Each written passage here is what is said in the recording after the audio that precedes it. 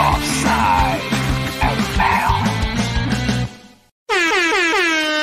Welcome to Offside and Out of Bounds. I am at Offside Junior. Thank you for joining us from Spotify, Apple, or the platform of your choice. Today, we are going to get into the 2021 MLB preview show for the 2021 season. Now, what we're going to be doing is we're going to be previewing a division a day, leading all the way up and culminating with our live show at 9 p.m. on March 31st, which you can find on YouTube at Offside and Out of Bounds. You can join myself and my partner in crime at Offside Adam, where we're going to break down the league, where we see the division winners sitting up, wild cards, and the eventual World Series champion. We're going to go through each division and each team, breaking down the team, who they traded for, who they added, who they lost, our concerns, and where we see things going wrong, as well as what they need to do to stay competitive in the division. We're going to let you know who we're excited to watch, who we aren't excited to watch, and where we think things are going to finish up. Let's go. It's the Yankees. Forget about it.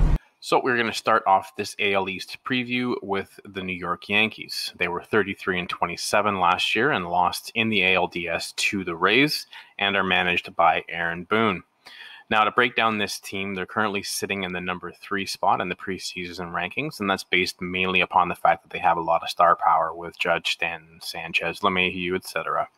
They're also coming in with a top 5 rotation that the experts have plugged in. Myself, I do disagree with that, but I'll get into that later on. So the additions they brought in this year, they had James Taillon from the Pittsburgh Pirates, who is coming off Tommy John surgery and hasn't pitched since 2019, and Corey Kluber, who they signed in free agency, who last pitched in 2020. It was one start with the Rangers, and they did re-sign Brett Gardner, as well as the worst-kept negotiations with DJ LeMahieu. They ended up signing him as well. The subtractions they made from that lineup are James Paxton, who went to Seattle, J. Happ, who went to Minnesota, Tommy Kahnle, who signed with the World Series champion Dodgers. Now, our concerns with this team, quite simple. You know, the experts have them in the number 5 of the power rankings, but I think with the loss of Tanaka, Paxton, Happ, and Kahnle, you know, it's going to put their pitching staff into a bit of an issue. Now, is Garrett Cole that good that he can bring a staff into the top 10 on his own? I don't think so. You know, rolling out a staff of Garrett Cole, Jordan Montgomery, James Taillon, Corey Kluber, Luis Severino whenever he comes back, or, you know, Domingo Germán or Davy Garcia, who are going to be a placeholder until Severino returns, I don't think is a top staff for me. Now, on the other side of that, you look at the bullpen. You know, very formidable when you've got Aroldis Chapman at the top, followed in by Zach Britton. That 1-2 punch, the setup and the closer, you know, very strong. But where my issue with their bullpen is that middle and long relief. You know, if you're telling me that you're going to highlight your middle and long relief with the likes of Darren O'Day, who gets absolutely pumped and pimped, and the rest of your staff in the middle relief have issues with the long ball, I just don't see how you're in number 5. Now, the starting lineup, you know, there's not a lot of concerns here with that starting 8. In fact, it's hard to find another starting 8 with more pop potential than the Yankees. You know, 7 of the 8 combined for 66 home runs and 182 RBI last year in a short year. You know, and that was led by Luke Voit, who hit 277 with 22 home runs and 52 RBIs. LeMahieu hit 364 with 10 home runs and 27 RBI. And Gary Sanchez, who hit a little bit under the Mendoza line at 147. But he did have 12 home runs and 24 RBIs. Now, where can things go wrong with this? Well, health is one thing that can be counted on with the Yankees. It seems year after year, staying healthy is a big issue for them. If they start to lose 1 or 2 of those offensive pieces, it's going to put a wrench into their plans. You know, if it's one of those big bats, that means there's going to be a lot of less protection in that lineup for the other guys, which is definitely going to hurt them. You know, staying on the injury issue, they've got one starting pitcher that's returning from Tommy John in James Taillon, another pitcher who's been injured quite often over the last few years in Kluber. And then they're going to be waiting on Luis Severino, who's returning from, you guessed it, Tommy John surgery. Then you look at Gary Sanchez. He's that other wild card and where things can go wrong. You know, when he's motivated, he can be a top catcher in the game. But it seems that there is something going on with him, and it comes in waves. I think it's a lot of flack. He takes a lot of flack, and doesn't really get much respect. I do think he deserves more than that, but if he is unmotivated, the second catcher that they have behind him is just not the same level. Now, what does this team need to do to stay competitive? There are a lot of ifs, ands, or buts with the Yankees. Number one, they need to stay healthy. They also are going to need something from Tyon or Kluber, either of those guys to pan out. They're going to need a lot from Jordan Montgomery. He's going to really have to take that next step in his career. And they're going to need to have Chapman and Britton on point and locking down those late innings. If the bullpen, specifically that middle or long relief, it can be the weakness of this team. And as soon as the starters are chased out of the game, teams are going to have an opportunity to feast on their bullpen, which is going to end up neutralizing the strength in Britton and Chapman. If anyone tells you different, they're wrong. The middle relief is centered by Darren O'Day, and as I said before, he gets pumped and pimped by guys. Just look at his stats over the last year. He's got a big issue with the long ball, and I don't like him being a centerpiece of my bullpen. Now, a player that I'm excited to watch, for me, it's actually two guys. I'm looking to see that left side of the infield and Gleyber Torres and Gio Urshela. These are two dynamic players. Urshela in 2019 hit 21 home runs and 74 RBI with an 858 OPS. He did have 13 errors, but I felt it was more of the jitters getting used to playing third base after bouncing around a lot, in the Indians and the Jays system. And then Torres in his second full season in 19 hit 38 home runs and had 90 RBI. He was an all-star and then finished 17th in MVP voting. However, he did have 20 errors that year as well, but that was split between second and short. But he should be getting most of his reps at short this year, so I'm pretty certain the consistency is going to help him clean that up. Who I'm not excited to watch, Brett Chrome Dome Gardner. He's a player that I'm definitely not looking forward to watching. Besides the fact that it looks like he needs to take a dump every time he's running, I'm just not sure of the production you're going to get out of this ageless wonder. Now, where do I think they're going to finish? The public is putting the Yankees at a minus 200 to win the division, and they think that the class the division as well. Personally, I think if they can stay healthy, I can see them winning in that 90-game range.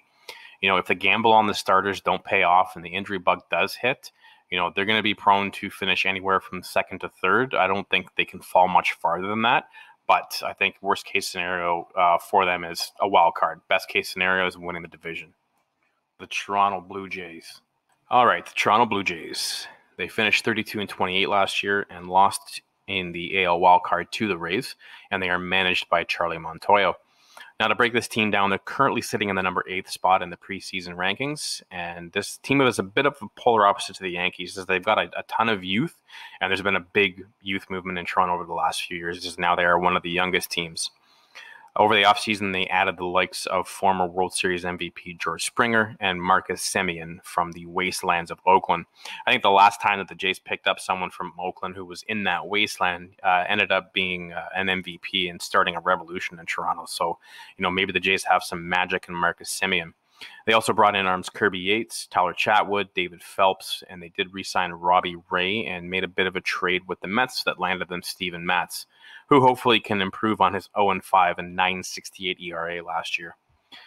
Now, they did lose Taijuan Walker, closer Ken Giles, which I think is going to hurt quite a bit. Anthony Bass, Chase Anderson, Matt Shoemaker, Jonathan Villar, and Shun Yamaguchi was released, and he was picked up by the San Francisco Giants. Now, Shun Yamaguchi was a bit of a surprise. I felt he had a really good rookie campaign last year. Now, the concerns here are definitely going to be that bullpen. As the aforementioned Yates is now down for the season and will be opting for Tommy John. You do have Rafael Dolis there, who is a pretty stout second in line. The guy can go 1 or 2 innings if needed. The rest of the middle relief is not anything to write home about, with Romano, Cole, Chatwood, Thornton, Phelps, Merriweather, Barecki, and Kay. Now, at the top of the bullpen with Yates in there does have a lot of swing and miss stuff, but the middle and long relief there, they've a bit of a proneness to the long ball. The walks are down, but the ERA is up quite a bit because of that long ball. So when you're rolling out a starting staff of Ryu, Matz, Pearson, Stripling, Kay, and Zoik, a little bit of concerns for the start of the season, but hopefully these guys get healthy quickly and get back. Now, where things can go wrong, Montoyo might be in a tough position in terms of getting guys playing time. The infield's jammed up with Tellez, Biggio, Bichette, Semien, and Guerrero, and the outfield's jammed up too with Gurriel Jr., Hernandez, Grichuk, Davis, and Springer. Now, there are going to be a couple of odd men out here, and I don't think reps at DH are going to be enough to keep them happy. So this might be a situation that Ross Atkins is going to have to solve via trade. Now, what they need to do to stay competitive, outside of Montoyo keeping that ship righted, they're going to need a lot from that pitching staff. Where you've already down your closer, you've already got two guys that are nursing on the IL in Robbie Ray and Nate Pearson. What prognosticators have pegged as the top 10 staff is in a bit of shambles about a week before the season's going to start. So they're going to need to get healthy arms in here, and they're going to have a next man up mentality just to stay competitive in the early going. Who we're excited to watch, for me, it's two guys. Number one, it's Nate Pearson. He reminds me a lot of Doc Holliday. Very long, lanky, got a fireball for an arm, and very dedicated. If he can stay healthy, he's got that ability to be that number two that the Jays have been looking for. We've seen him hit the gun upwards of 109, and he's been working on that 12-6 curve, which was one of Doc's deadliest weapons.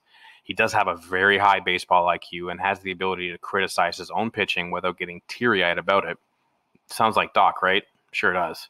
Doc was his worst critic. Now, Nate's got the ability to become something great, but his work ethic and hunger for getting better are going to be the things that fuel it. The other guy what we're looking for is Bo Bichette. His swagger, never back down attitude has been a breath of fresh air here in Toronto, and he's definitely got the ability to be probably one or two in terms of historical best second baseman on this team. He's got so much talent. We're really looking forward to seeing him take that next step in his career. Who we aren't excited to watch? Well, for me, I was hoping for a trade, but with the contract he's got, I'm not sure that's going to happen. But that would be Randall Grichuk. He was the only bright spot here a few years ago, and that's why he got the paycheck that he got. But it was an overpay, and I think the talent that this team has now, he's not that bright spot anymore, and I'm not certain he really fits in with the way this team is moving and the direction they're going. Now, where they're going to finish, the public's got the Jays at a plus 350 to win the division, and that's just right behind the Yankees. I got a strong feeling the Jays are going to be competing for the division crown. They may fall short in the end and end up in one of the wild card games, but I am liking them in that 90-win area. And if the Yankees falter, I think the Jays are going to be primed to take over that division crown.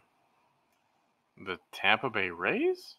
The Tampa Bay Rays finished last year 40-20 and lost in the World Series to the Dodgers. They are managed by Kevin Cash. Now, to break this team down, they are currently sitting in the number 9 spot of the preseason power rankings.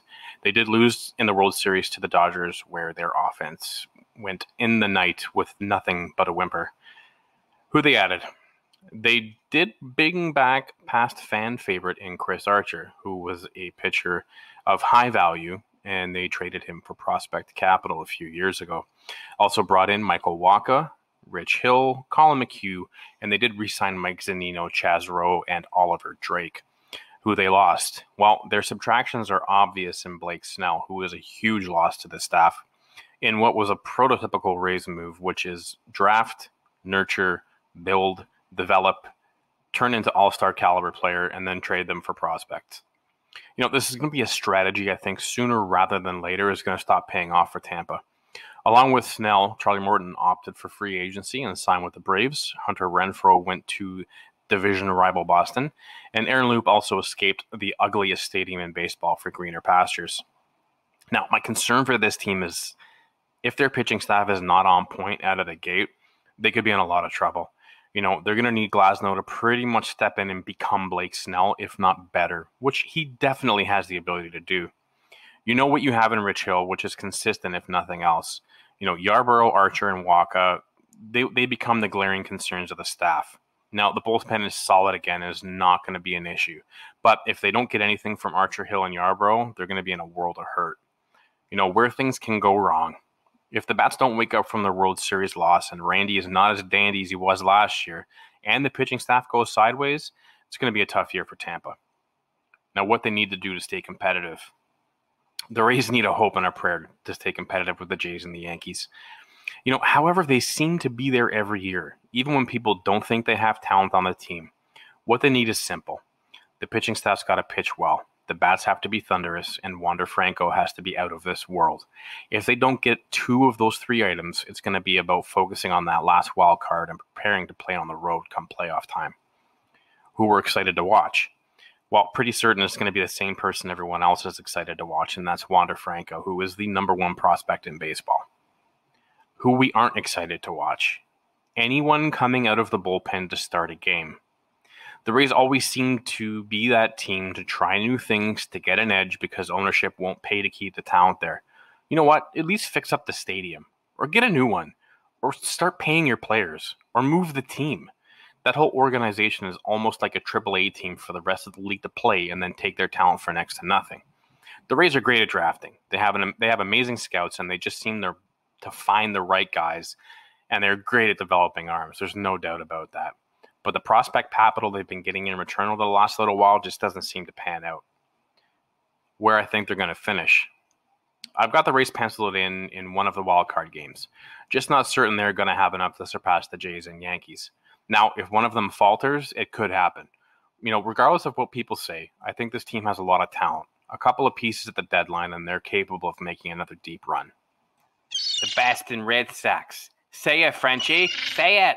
The Boston Red Sox finished last year 24-36, missed the postseason, and will be managed by Alex Cora. Now to break this team down, they are sitting at 19 in the preseason power rankings, and their pitching staff is nowhere even on the list. Who they added, they did bring in Kike Hernandez, who should start at second, and Hunter Renfroe from the Tampa Bay Rays, as well as Marwin Gonzalez. Now, this offseason, they did lose quite a bit. Jackie Bradley left for Milwaukee. Colin McHugh went to Tampa. Benintendi's no longer there, and a few more links of the glory's past are gone. Concerns with this team. It starts and ends with pitching. Outside Chris Sale, there isn't much there to pin any hopes on. Chris Sale will be back from injury this year and is the unquestionable ace of this staff. Behind him, you're getting 100% or no % Nathan Eovaldi, who's regressed from his Cy Young chase a few years ago. And then the mix of Rodriguez, Richards, Perez, Pavetta, and Andriz is nothing to make you smile going into the year. Bullpen's pretty much same as the rotation. You got it anchored by Matt Barnes with Brazier or Ottavino as your setup. And the long relief is questionable at best. Where things can go wrong. I think everything has gone wrong for the Red Sox over the last couple of years, and I'm not sure anything else could get worse. If they are trying to get through the year and to the trade deadline, they do have a bunch of pieces that teams would be interested in Xander Bogaerts, Rafael Devers, who they could get back some decent prospect and draft capital for. What they need to do to stay competitive. They're going to need Chris Sale to win 30 games, and they have to be perfect games. But even if the stars align and the gods agreed, that would only get them to 30 wins. They need far too much to stay competitive in this division, and it's just not going to happen with the pieces they have. Who we're excited to watch. Looking to see how Bobby Dahlbeck pans out as one of the highly rated first base prospects. He's definitely looked decent so far, but he is being tossed into the fire here. Hoping that he can handle the pressure of the fact that this team is in an obvious rebuild. Who we aren't excited to watch. That's Alex Cora. I'm not excited to see him behind a bench anymore. He's a cheater, and he's had accusations of cheating in the past. Actually, it was past when he was with the Red Sox last time. This is going to get me into a tirade now. He doesn't belong in baseball. People are going to argue about steroids and gambling and keeping people out of the Hall of Fame for stuff like that. But this guy was caught cheating this game. When you want to talk about integrity of your game and trying to protect your game's integrity, yet this guy is still here and the players who partook in that cheating are still playing, it is a black mark on baseball, and the commissioner should be ashamed of himself.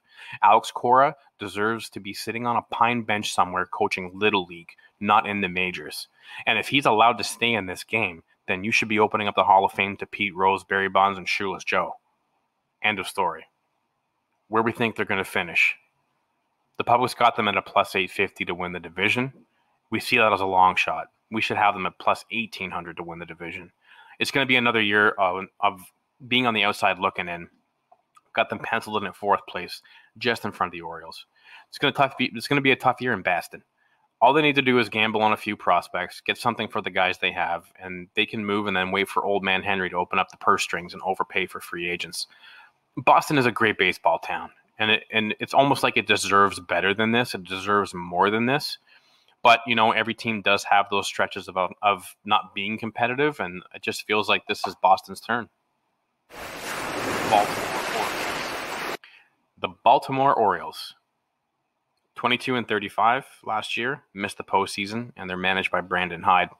Now, to break this team down, they are sitting 29th in the power rankings, which is great because they're ahead of the Pittsburgh Pirates. The only bad news is they're only ahead of the Pittsburgh Pirates. There wasn't a whole lot of movement this offseason as they didn't really have much to lose in the first place. The quality move they did make was they did bring in, through trade with the Jays, Dwight Smith Jr., who's a very, very speedy outfielder, and they did sign lower-level prospects as well as Alcides Escobar. And the bright note is Trey Mancini is back from his battle with cancer, which is an amazing story, and we're very happy to see him back on the baseball field. Our concerns for this team are simple. We don't really have a lot of concerns for the Orioles. They're in this position because they handed out bad contracts and didn't get anything for guys when they should have on their way out. Where things can go wrong for this team? I think it's too late to figure out where things can go wrong, as I think everything has already happened. But the worst thing that could happen to them this year is if the guys they've got for the deadline and the trade capital that they could get back in return all have bad years. You know, you're looking at Mancini, Santander, Galvis, Escobar, and Mikael Franco. The better they play, the more the Orioles are going to get in return for them. What they need to stay competitive. Well, let's just run through the pitching staff real quick. John Means, Keegan Aiken, Dean Creamer, Jorge Lopez, Felix Hernandez. These guys are going to get reffed up. They're going to give up a ton of runs. So you want to stay competitive? Give up less runs. Unfortunately, with the staff they have in place, as well as the bullpen, they just aren't there. Who are excited to watch? You know, at first base, you're most likely going to get a full year of Ryan Mountcastle, and he is a thundering prospect who's been mashing this spring. Predictions do have him at 22 home runs and 78 RBIs, which would be a great year for him. And you're also going to have the opportunity to potentially see the number one organizational prospect in Adler Rutschman, who's a very steady backstop with huge upside potential. Who we aren't excited to watch. You know, there's a definite feeling that this team can turn things around, but it won't be until Chris Davis and his 115 batting average is no longer donning this jersey. His attendance is a constant reminder of one of the worst contracts given out since Bobby Bonilla. You know, maybe in the offseason he went to see an optometrist and got some contacts or some glasses. Maybe he's seeing the ball better. But over the past few years, it seemed like he's just been oblivious to the fact that he's playing baseball or that there's a ball in play at all. Where we think they're going to finish. Statistically almost dead in every category. That's where we have them. The public has them at a plus 5,000 to win the division, which I think is pretty accurate if you multiply that by 2. The wrap.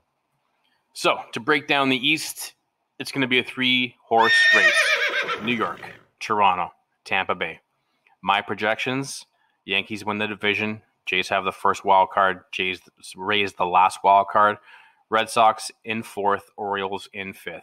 Now, we are hoping for a nice season where everyone's safe and healthy and we can get back to some sense of normal. For everyone at Offside and Out of Bounds, I'm Junior. This has been your AL East preview.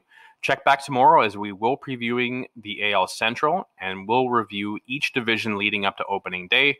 We will also have our MLB preview show streaming live on YouTube Wednesday, March 31st at 9 p.m. You can check Spotify, iTunes, or your platform of choice at midnight for the audio version of that full preview show. Thanks for listening, support local, stay safe, and see you real soon. Thanks for listening. You can find us on Apple, Spotify, or your podcast platform of your choice.